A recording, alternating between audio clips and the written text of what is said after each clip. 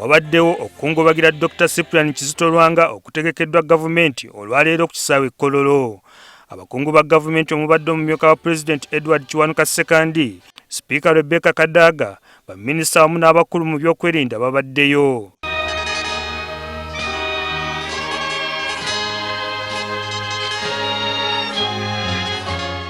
Pulezidenti Museveni wamu ne mukyala we Janet baganzise ebimuli ku ssanduuko omugalamiziddwa omubiri gw'omugenzi. Lwanga abadde ssaabasumba wa Kampala okumala emyaka 15. Omugenzi bamukubidde emizinga 17 ng'akabonero ak'okumusiibula.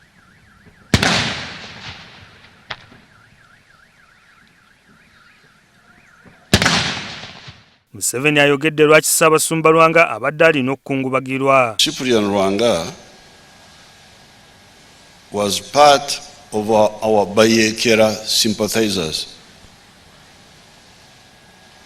who were in the bush fighting, but we had sympathizers. They didn't shoot guns, but I'm sure they prayed for us.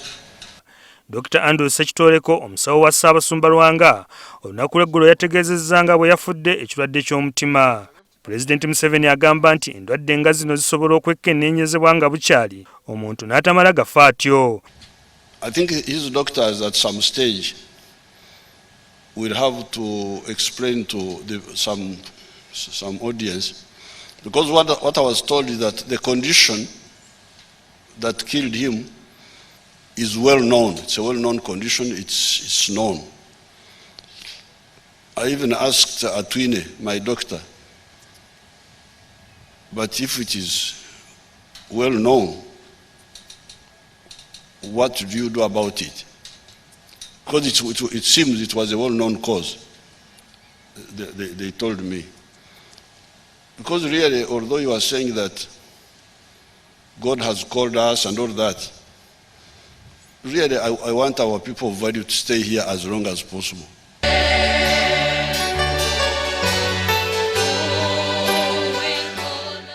Museveni talemye kukuutira abakungubazi ku bukulu obw'okugoberera ebiragiro by'okwetangira ekirwadde ki COVID-19. We have been careful. That's why we lost not so many people. But if we are not careful, we may cause more problems. Obubaka bw'ekibiina ekigatta enzikiriza ki Interreligious Council busomeddwa Bishop Joshua Lwere nga yakiikiridde Mufuti Shaban Mubajje. He will be remembered for his passion for multi-religious collaboration as a vehicle for upholding the principles of the common good. Akulira olukiiko lw'abepiskopi omusumba Joseph Anthony Zuwa asabye abakkiriza okulabira ku Dr. Cyprian Lwanga. He has taught us to know and observe God's commandments mentioned in the gospel text. And as we know, Jesus summarized the 10 commandments into 2. 1, to love God with one's soul and heart, and secondly, to love one another as one loves oneself. Pulezidenti Museveni aliko byanokoddeyo mu bubaka bw'omusumba Ziwa. Abasiraamu, abakafiiri, obugambo obwo obwa Yesu nze bunkoledde, because even when I'm fighting, I fight with love. Olunaku lw'enkya wagenda kubaayo okusabira Ssaabasumba Lwanga ku kiggwa ky'abajulizi e Namugongo era abakkiriza baakukkirizibwa okumukubako eriiso evvannyuma.